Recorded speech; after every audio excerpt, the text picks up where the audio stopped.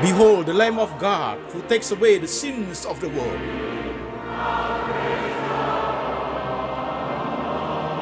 Jesus said, I am the way, the truth, and the life.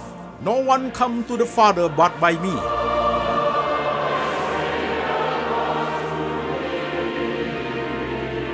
For God so loved this world, so he gave his one and the only Son.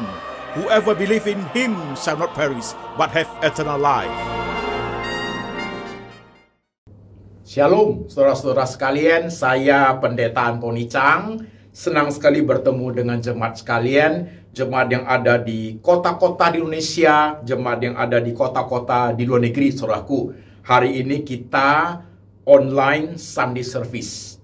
Online Sunday service, saudara sekalian. Temanya adalah ketika dosaku diampuni part 3, saudaraku. Bagian ketiga, saudara sekalian ya.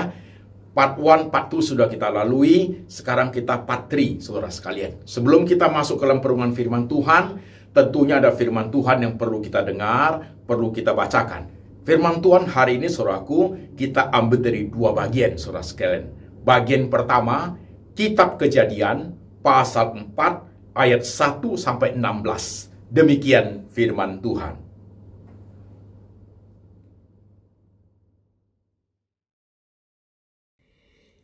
Kemudian manusia itu bersetubuh dengan Hawa, istrinya, dan mengandunglah perempuan itu, lalu melahirkan Kain.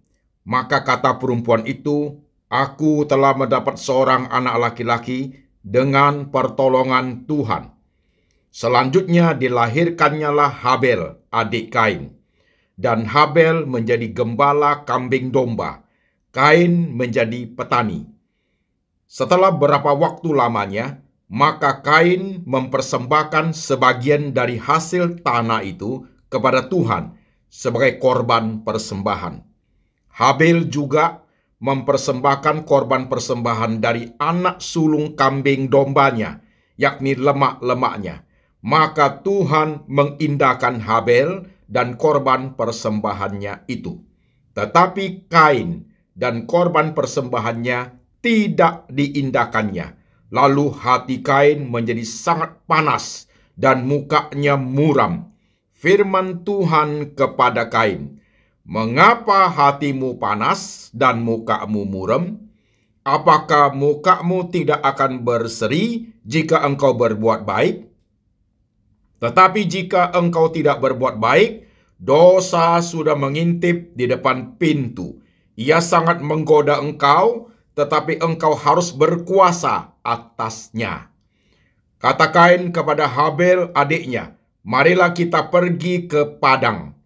Ketika mereka ada di padang, tiba-tiba Kain memukul Habel adiknya itu, lalu membunuh dia. Firman Tuhan kepada Kain, di mana Habel adikmu itu? Jawabnya, aku tidak tahu. Apakah aku penjaga adikku? Firman-Nya, apakah yang telah kau perbuat ini? Darah adikmu itu berteriak kepadaku dari tanah, maka sekarang terkutuklah engkau. Terbuang jauh dari tanah yang menganggakan mulutnya untuk menerima darah adikmu itu dari tanganmu. Apabila engkau mengusahakan tanah itu, maka tanah itu tidak akan memberikan hasil sepenuhnya lagi kepadamu. Engkau menjadi seorang pelarian dan pengembara di muka bumi. Kata Kain kepada Tuhan, hukumanku itu lebih besar daripada yang harus kutanggung. Engkau menghalau aku sekarang dari tanah ini, dan aku akan sembunyi dari hadapanmu, seorang pelarian dan pengembara di bumi. Maka barang siapa yang akan bertemu dengan aku, tentulah akan membunuh aku. Firman Tuhan kepadanya, sekali-sekali tidak. Barang siapa yang membunuh Kain, akan dibalaskan kepadanya 7 kali lipat. Kemudian Tuhan menaruh tanda pada Kain, supaya ia jangan dibunuh oleh barang siapapun yang bertemu dengan dia. Lalu Kain pergi dari hadapan Tuhan, dan ia menetap di tanah Nod, di sebelah timur Eden. Amin. Saudara sekalian, firman Tuhan bagian kedua dari kitab Mazmur 139 ayat 23 sampai 24. Demikian firman Tuhan.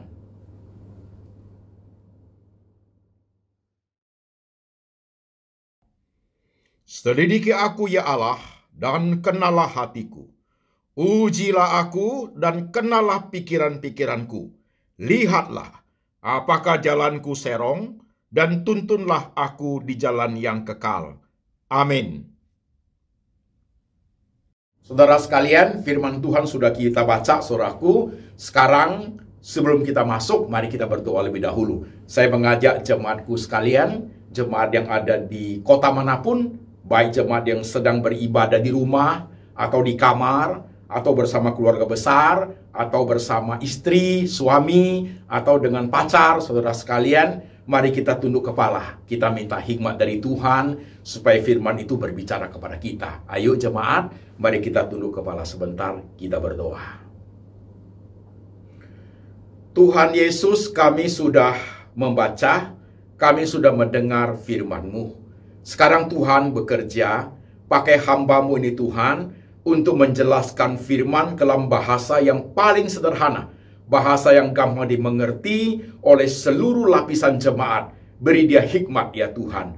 Dan pakai setiap kami ingin belajar akan kebenaran. Hati kami, pikiran kami, iman kami untuk diperbaharui. Siap diperbalui oleh firman. Hidup kami diperkenan oleh Tuhan. Perbaharui lewat firman-Mu ya Tuhan. Tuhan Roh Kudus bekerja dalam setiap hati orang percaya, supaya sungguh ketika firman diberitakan, kami boleh mendapat kehidupan yang makin lama makin berkenan kepada Tuhan. Hidup suci berkenan di hadapan Tuhan. Kami siap hati, siap pikiran, siap iman untuk diberkati Tuhan. Tuhan Yesus berbicara, kami mendengar. Dalam nama Tuhan Yesus kami berdoa. Amin. Saudara sekalian, apa kabar saudaraku, jemaat sekalian? Gimana dengan kehidupan jemaat? Pandemik belum selesai saudaraku ya, belum selesai. Masih banyak yang harus kita lewati saudara sekalian. Kalimat indikator lebih dahulu saudaraku, bagaimana kehidupan jemaat? Apa yang saudara alami selama ini?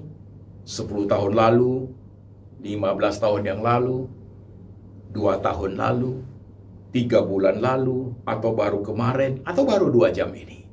Baik pengalaman positif, menyenangkan, berkat, happy, dapat rumah baru, saudaraku, dapat cucu, saudara sekalian, anak menikah, dapat gaji yang lebih besar, naik jabatan, atau pengalaman yang negatif, kemalangan, kehilangan, sakit, kena virus Omikron, saudaraku, atau kematian, apapun bentuknya. Apakah pengalaman positif dan negatif itu masih tetap menjadi suatu jembatan membawa saudara itu lebih dekat kepada Tuhan? Wah, itu penting, bukan main, saudaraku.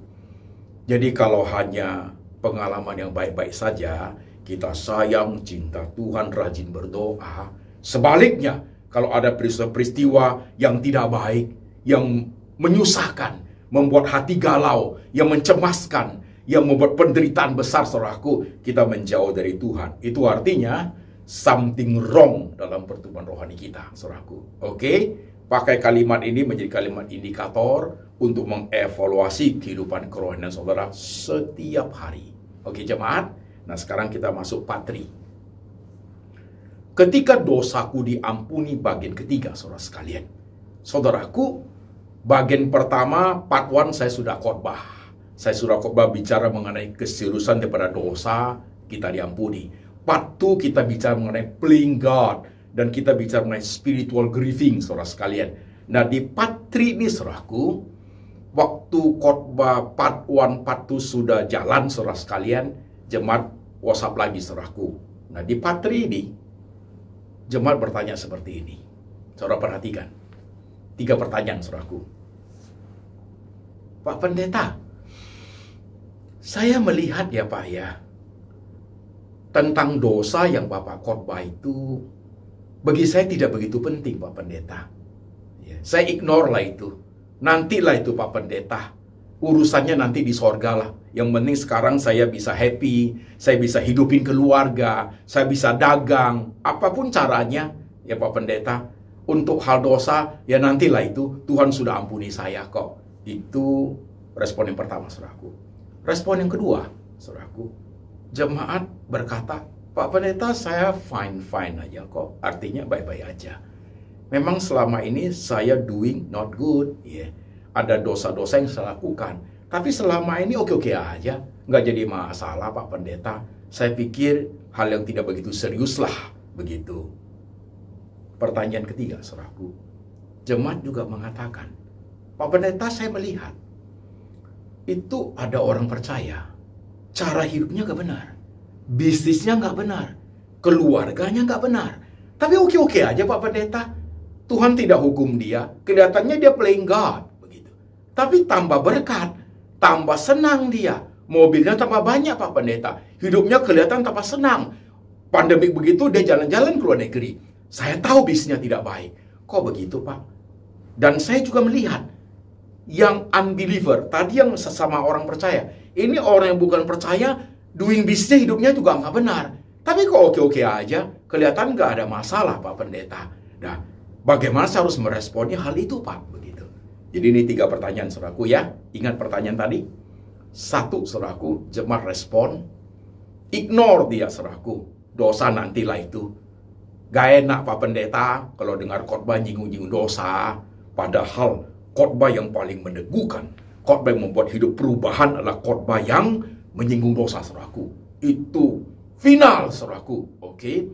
Respon jemaat kedua. Saya fine-fine aja kok Pak Pendeta. Akui ada beberapa hal yang saya lakukan. Tapi selama ini baik, istri saya oke, anak saya oke. Gak ada masalah kok. Ya, fine-fine aja, no problem lah. Oke. Respon jemaat yang ketiga, saudara sekalian. Itu lihat itu saudara sama iman saya. Perbuatannya gak baik tuh Pak Pendeta. Dosanya banyak tuh. Tapi kok dia oke-oke aja. Tambah gemuk kelihatannya. Tambah banyak hartanya. Lah apa ini Pak? Atau lihat itu Pak, unbeliever. Orang yang bukan percaya Tuhan Yesus. Juga oke. Dagangnya, hidupnya. Gak bagus Pak. Tapi oke-oke aja. Tambah mobil, tambah beli rumah lagi Pak. Jadi apa yang harus saya pikirkan Pak Pendeta hal demikian? 3 pertanyaan saudaraku. Oke. Sekarang kita pelan-pelan saudara-saudaraku untuk membahas 3 respon jemaat ini. Dan ini menjadi suatu kehidupan, contoh kehidupan kita juga, saudara sekalian. Saudara-saudara sekalian, sebenarnya pada saat kita belajar firman Tuhan di part 3 ini, saudaraku, kalau di part 2 saja saudara sudah bertobat, Tuhan aku buat dosa, ampuni saya. Sama dengan Tuhan menjawab perempuan yang berzina itu, saudaraku, Yohanes pasal 8. Masih ingat? Pergilah. Jangan berbuat dosa lagi, aku pun tidak akan menghukum engkau. Selesai, saudaraku.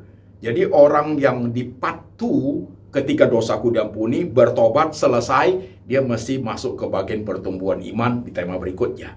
Nah ini part 3 adalah bagi orang-orang yang, saudaraku, sanksi dia, saudaraku, ragu-ragu, ignore, abaikan, merasa oke-oke aja, nggak ada masalah. Nah ini part 3 untuk hal demikian, saudaraku. Di dalamnya ada engkau dan saya. Oke, saudaraku. Nah sekarang perhatikan, saudara sekalian. Kenapa bisa terjadi 3 respon itu, saudaraku ya? Apa yang terjadi sebenarnya di dalam hati orang percaya itu, saudaraku, sehingga bisa merasa fine-fine aja, ignore aja, bahkan berani playing God, saudaraku. Apa yang terjadi, saudaraku? Sebenarnya ini adalah masalah heart and mind, saudaraku. Kalau masalah changing heart and changing mind, silakan refer ke khotbah saya, saudaraku. Saya ada khotbah itu, saudaraku. 3 seri, saudaraku. Bukan mungkin 4 seri, saudara sekalian. Changing mind and changing heart. Perubahan hati dan pikiran. Itu luar biasa, saudaraku. Memperbaiki dari dalam sehingga kita benar-benar tahu diri, saudaraku. Oke? Jadi, part 3, saudaraku, adalah masalah heart and mind. Masalah hati dan pikiran, saudaraku. Iya. Karena pikiran kita bilang setuju meminta ampun, tapi hati tidak mau. Gak usahlah, nanti ajalah itu. Atau sebaliknya, hati kita sudah takut, dosa aku ini, tapi pikiran tidak setuju. Gak apa-apalah, orang lain juga begitu kok. Jadi sehingga hati itu ikut pikiran, saudaraku. Jadi hati dan pikiran itu belum sinkron. Mereka malah kong kali kong untuk setuju dengan dosa. Itu terjadi demikian, saudaraku. Maka perlu hati itu diperbaharui oleh firman Tuhan, saudaraku. Jangan lupa loh. Roh itu penurut, saudaraku. Tapi daging itu lemah, saudaraku. khotbah 4 kemarin, kita hidup di bawah hukum dosa. Kan saudaraku ya, terjual di bawah hukum dosa, saudaraku. Akal budiku suka akan firman, tapi tubuh insaniku, our flesh, kedagingan ini, saudaraku, lemah, roh penurut, saudaraku. Nah, ini permainan heart and mind, saudara sekalian. Nah, ketika dipimpin oleh roh, heart and mind itu kalau sinkron, saudaraku, maka terjadi pertobatan. Nah, tadi 3 respon itu adalah terjadi pergolakan dalam hati orang percaya antara aku dan engkau, saudaraku. Pergolakan terjadi antara yes or no, mau bertobat atau tidak, atau tunda dulu. Nantilah, pikiran itu bisa memberikan 1001 macam alasan untuk kita tidak bertobat, saudaraku. Dan hati itu bisa mengeras sekeras baja untuk tidak mengaku dosa, saudaraku. Itu terjadi pada hidup kita, saudara sekalian. Ini hal penting sekali, saudaraku. Hati-hati, karena patri ini tajam pasti, saudaraku. Nah, jemaat menyimak dengan baik. Ini masalah heart and mind di dalamnya. Hati belum bisa, pikiran udah mau. Pikiran belum bisa, hati udah mau. Dua-duanya tidak mau, dia menjadi hoping, saudaraku. Atau dua-duanya sudah oke, maka terjadi pertobatan, saudara sekalian. Oke? Nah, saudaraku, perhatikan step by step. Kita pelan-pelan ngomongnya, supaya saudara bisa menyimak dengan baik, saudaraku. Oke? Saudara sekalian, dosa itu adalah sesuatu yang serius di mata Tuhan. Garis bawahi kalimat, saudaraku.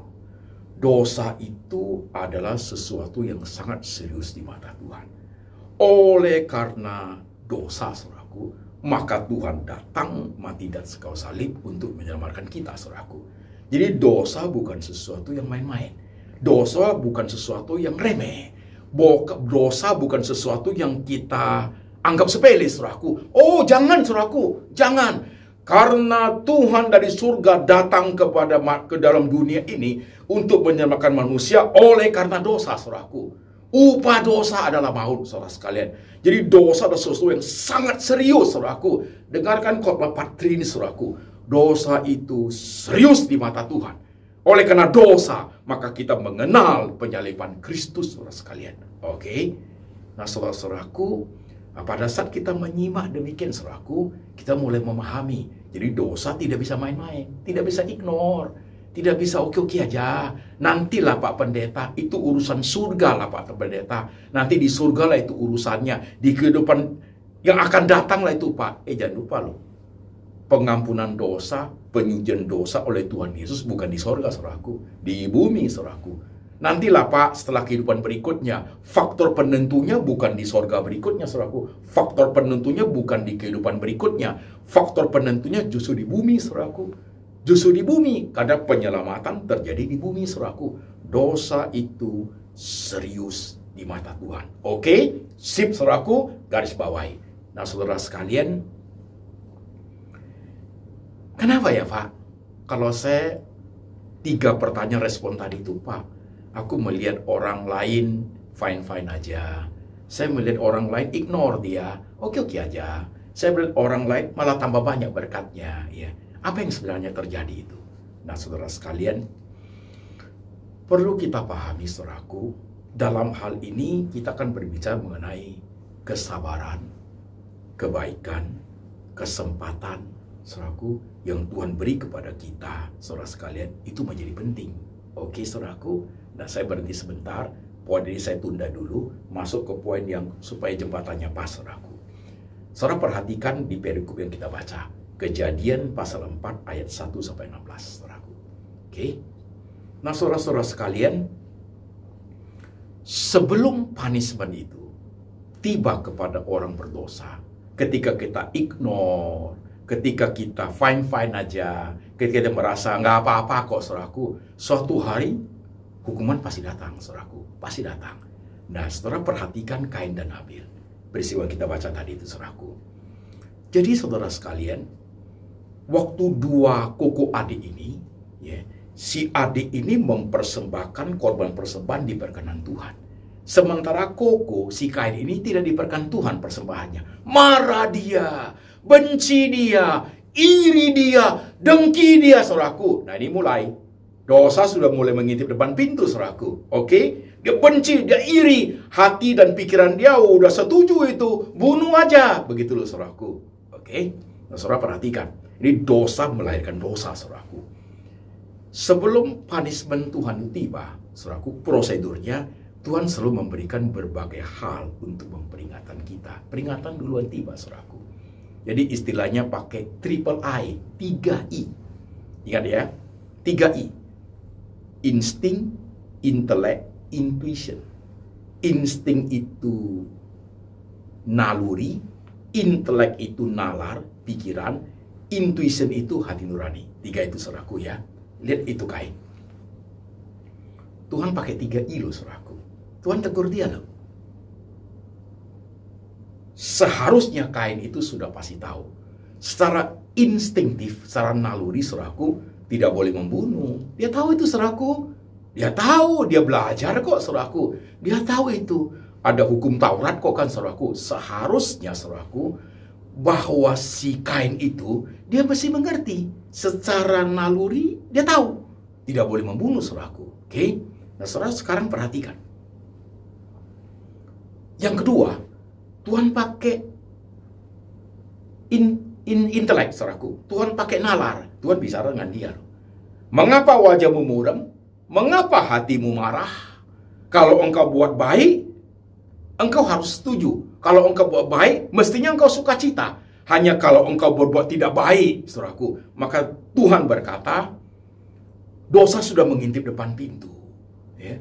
Dosa sudah mengintip pintu. Engkau jangan dikuasai oleh dosa. Engkau harus kendalikan dia. Itu Tuhan menggunakan inteleknya Kain untuk memberikan peringatan kepada dia. Tapi dia ignore juga, saudaraku. Dia abaikan juga. Nah, yang ketiga, intuition, hati nurani. Dia tahu loh, saudaraku. Secara hati dia tahu itu adik dia loh. Dia tahu itu saudara kandung, saudaraku. Secara hati nurani, ya, jangankan dibunuh, ya, dipukul pun tidak, karena itu kan darah daging dia. Keturunan dari papa mama. Itu kan saudara kandungnya dia, saudaraku. Secara hati nurani dia tahu loh, saudaraku. Dia ignore. Jadi saudara perhatikan, dia ignore insting. Dia ignore intelek. Dia ignore intuition, saudaraku. Maka ketika dia ignore tiga-tiganya, dia ajak adiknya, kita ke padang yuk. Sampai di situ, dia ambil batu, dia bunuh adiknya, saudaraku. Dia bunuh, saudaraku. Karena 3 peringatan itu sudah tidak diabaikan. Terjadilah pembunuhan, saudaraku. Setelah keluar dari Taman Eden, saudaraku, peristiwa yang pertama terjadi adalah pembunuhan terjadi kepada Koko terhadap adik, saudaraku. Ya. Nah, saudara sekarang perhatikan ini. Karena dia sudah melakukan tindakan dosa, melahirkan dosa, saudaraku, punishment baru tiba. Tuhan mengatakan, terkutuklah engkau, maka tanah tidak menghasilkan sepenulai kepadamu, dan engkau akan menjadi pelarian di muka bumi. Hukuman tiba, saudaraku. Jadi perhatikan poin ini, saudaraku ya. Jadi jelas ya. Nah, kita kembali kepada konteks kita, saudara sekalian. Jadi saudaraku, ketika kita bicara mengenai dosa kita ini, saudara, yang kita alami ini, saudaraku, jangan ignore, jangan abaikan, jangan berpikir dengan alasan fine-fine aja. Jangan menjadi perbanding orang lain gak apa-apa kok. Jangan, saudaraku. Jadi, saudara, ketika perhatikan Kain itu, kelihatan sekali yang terjadi pada Kain itu in advance. Artinya saat itu juga, saudaraku, diperingati insting, intelek, intuition, kemudian terjadi pembunuhan. Saat itu juga hukuman tiba, saudaraku. Kan demikian kan. Jadi satu deret terjadi seluruhnya, saudaraku. Saat itu juga. Nah, saudara sekalian perhatikan. Prosedurnya memang seperti itu. Tetapi timingnya, Kain dengan Musa, dengan Daud, dengan Petrus, dengan kita, saudaraku, timingnya tidak sama, saudara sekalian. Timingnya tidak sama, saudaraku. Kain in advance, saudaraku. Mungkin di antara kita, saudaraku, udah buat dosa begitu lama, saya nggak apa-apa, fine-fine aja kok, Pak. Udah 15 tahun saya melakukan itu. Saudaraku, itu kesempatan yang Tuhan beri. Itu kesempatan, itu kesabaran Tuhan, itu kebaikan Tuhan, saudaraku, menunggu kita untuk bertobat, saudaraku. Pahami dengan cara seperti itu. Kalau waktu hukumannya belum tiba kepada kita, itu hanya karena Tuhan baik sama kita. Tuhan masih kasih kesempatan. Tuhan pakai triple I, insting, intellect, intuition, menegur kita, saudaraku. Jadi saudaraku, jangan melihat kesempatan yang terjadi, kesempatan yang Tuhan berikan kepada kita itu, aku nggak ada masalah kok buat itu, jangan dianggap sebagai sesuatu yang menguntungkan you. No, saudaraku, anggap itu sebagai sesuatu apa? Ini hanya karena kesabaran Tuhan, kebaikan Tuhan, panjang sabarnya Tuhan. Dan ingat loh, ada batasnya, saudaraku. Karena ada yang keempat, triple I kan udah, yang keempat tuh punishment, saudaraku. Pak Pendeta, kalau masih 20 tahun, saya boleh dong sekarang saya buat. We don't know. Kita nggak tahu kapan penghakiman itu, hukuman itu datang, saudaraku. Bisa hari ini, bisa besok, bisa 2 tahun lagi, bisa 20 tahun lagi, saudaraku. Bagaimana kalau terjadi penghukuman itu, saudaraku, hari ini juga? Gimana kalau besok? Kita nggak tahu. Akan lebih baik, lebih cepat bertobat, lebih bagus, saudaraku. Lebih cepat bertobat, lebih bagus, saudaraku. Anggaplah dan pahamilah dengan baik, ketika hukuman belum tiba kepada kita yang terus-menerus berbuat dosa, saudaraku, itu adalah karena panjang sabarnya Tuhan, karena kebaikannya Tuhan, karena kesempatan Tuhan beri, saudaraku, dengan berbagai cara. Dengan insting, intellect, intuition, dengan orang, dengan teman, dengan pendeta, dengan khotbah hari ini, saudaraku, menjadi suatu peringatan demi peringatan untuk kita bertobat, saudara sekalian. Tuhan juga memberikan banyak contoh-contoh yang terjadi. Orang buat dosa itu hukumannya seperti itu, saudaraku. Di Alkitab penuh dengan cerita, contoh-contoh seperti itu, saudaraku. Dan di zaman kita juga sama. Anggaplah itu, pahamlah itu sebagai suatu kesempatan untuk kita berubah, saudaraku. Jangan pelinggat, saudaraku. Dan ketika kita tidak menganggap itu sebagai suatu cara Tuhan, sebagai suatu hal yang menguntungkan, saudaraku, suatu hari punishment itu tiba. Kalau Kain, hukumannya langsung hari itu, saudaraku. Oke. Nah, punishment itu, saudaraku, ya, hukuman Tuhan itu bisa beragam-ragam, saudaraku. Kalau saudara periksa di Alkitab, hukuman Tuhan itu, Tuhan bisa gunakan banyak cara. Tuhan bisa pakai alam semesta. Banjir Nuh, saudaraku, ya. Tuhan bisa itu banjir zaman Nuh, saudaraku. Tuhan bisa pakai hukuman seperti Sodom dan Gomora. Ada belerang api, saudaraku. Hukuman itu bisa pakai juga, saudaraku, ya, ombak besar. Juga bisa menjadi suatu virus Omikron, bisa saja, saudaraku. Jadi saudara perlu perhatikan, hukuman itu bisa pakai alam semesta, bisa juga pakai orang, hakim yang ada di dunia ini. Tuhan pakai hakim untuk menjatuhkan hukuman.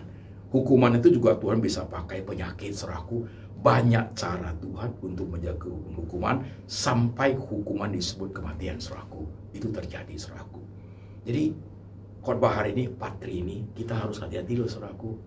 Ingat baik-baik, jangan menyimpan dosa, jangan dipelihara. Cepat hati dan pikiranmu cocokin.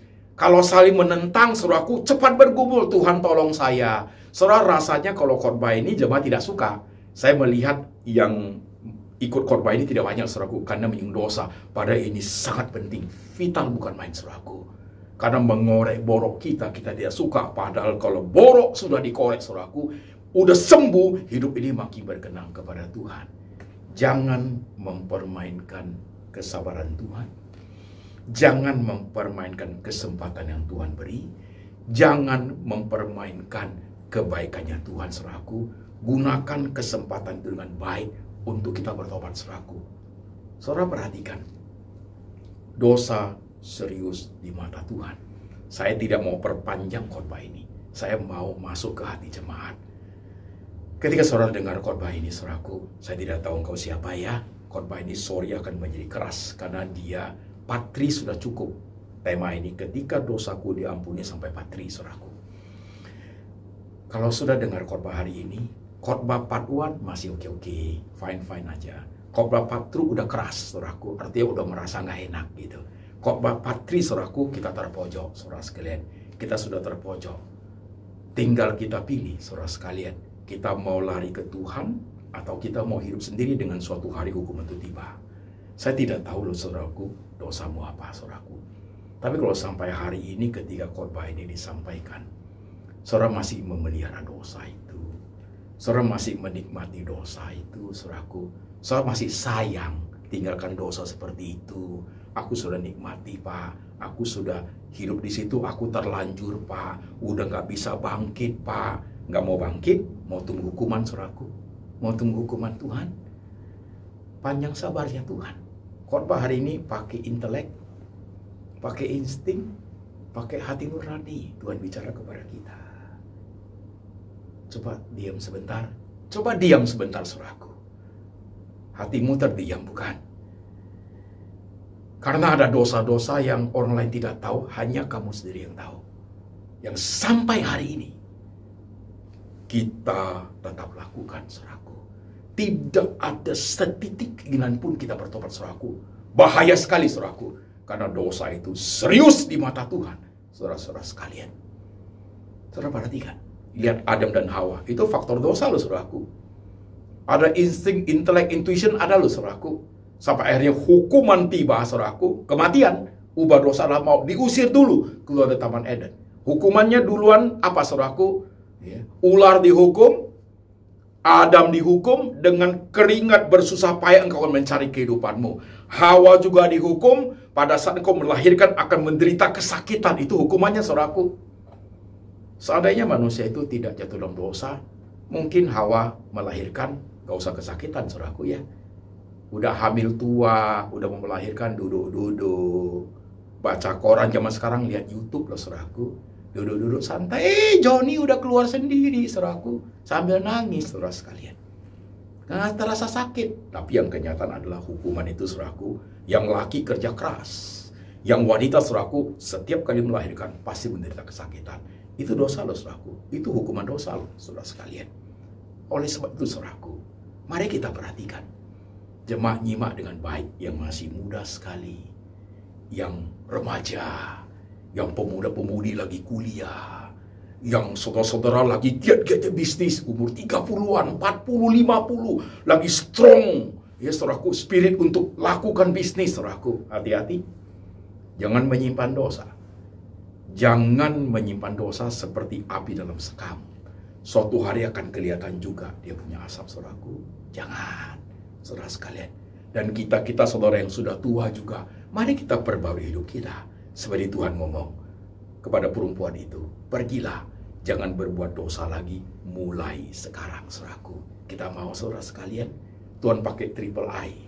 Jangan sampai punishment itu, hukuman tiba kepada kita, saudaraku. Kesempatan, kebaikan, panjang sabarnya Tuhan sampai hari ini, anggaplah, lihatlah sebagai suatu cara Tuhan memberikan kepada kita untuk kita bertobat, menangis, saudaraku, berlutut, ya saudaraku, untuk hidup lebih berkenan kepada Tuhan mulai hari ini sampai hari-hari ke depannya. Saudara mau? Suatu hari kalau hukuman Tuhan tiba kepada kita, saudara jangan pernah ngomong ya, Tuhan, Engkau tidak pernah ingatkan aku. Khotbah hari ini sudah mengingatkan kita dengan jelas, saudaraku. Khotbah hari ini, ketika dosaku diampuni, part 1, part 2, part 3, sudah diingatkan Tuhan dengan sangat jelas. Jadi suatu hari, kita tidak bisa berargumen sama Tuhan lagi. Karena firman seperti ini sudah tiba kepada kita. Maka Mazmur 139 ayat 23-24. Lihatlah hatiku, lihatlah pikiranku, ujilah aku, apakah jalanku serong, tuntunlah aku ke jalan yang benar ya Tuhan. Ini menjadi bagian dari kita, saudaraku. Oke, mari jemaat, kita tundukkan kepala, kita berdoa sebentar. Saudaraku, 1 menit untuk engkau teduh sebentar. Memang bicara mengenai dosa, tegur dosa adalah hal yang tidak enak di hati kita. Tapi itu penyakit, saudaraku. Itu sangat berbahaya buat hidup kita. Itu sangat serius di mata Tuhan, saudara sekalian. Dosa tidak bisa dibuat main-main. Dosa tidak bisa disimpan, saudaraku. Dosa tidak bisa dirahasiakan, saudara sekalian. Siapapun engkau pada saat engkau mendengar firman seperti ini pada hari ini, kau teliti dirimu masing-masing, lihat hatimu, lihat pikiranmu. Dosa apa saja yang selama ini engkau pelihara. Bahkan engkau sudah enjoy, menikmati di dalamnya. Engkau sulit keluar dari situ. engkau merasa lebih baik seperti ini, saudaraku, hati-hati. Hati-hati, saudaraku. Hukuman Tuhan bisa tiba-tiba tiba kepada kita. Bisa hari ini juga, bisa besok sudah tiba. Bisa 2 hari lagi, saudaraku. Hati-hati.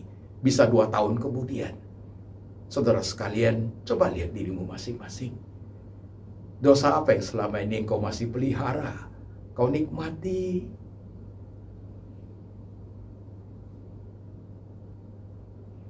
Kau yang paling tahu ya. Di part 1, part 2 aku menyinggung dosa berzina, dosa berjudi, dosa mabuk-mabuk, dosa pornografi, dosa bisnis kotor, penipuan, kriminal, drugs, narkoba, dosa pembunuhan, dosa suka berbohong, dosa perbuatan jahat, iri, dengki, benci, pencitraan, pesta pora. Saudara sekalian, perhatikan itu. Oleh karena Kain dengki, iri, benci, dia pelihara, maka dosa menghasilkan dosa, ujungnya pembunuhan. Saudaraku, kau lihat dirimu masing-masing hari ini. Tundukkan kepala, berkata-kata pada Tuhan lewat hatimu. Terimalah panjang sabarnya Tuhan sebagai kesempatan untuk kita berubah. Karena Tuhan baik sekali. Tuhan sebenarnya tidak mau hukum kita. Tuhan mau kita berubah. Tapi kita harus tahu diri, saudaraku.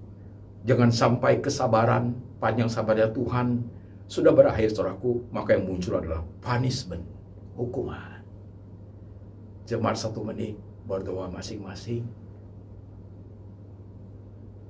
Suamimu mungkin tidak tahu dosa apa yang kau buat. Istrimu mungkin tidak tahu. Anakmu tidak tahu. Papamu, mamamu tidak tahu. Keluargamu tidak tahu. Teman sekerja, teman pelayanan, pendetamu tidak tahu. Tapi Tuhan tahu. Setan, iblis pun tahu. Cepat-cepat datang berlutut kepada Tuhan minta ampun. Supaya tidak terjadi penghakiman, hukuman kepada setiap kita.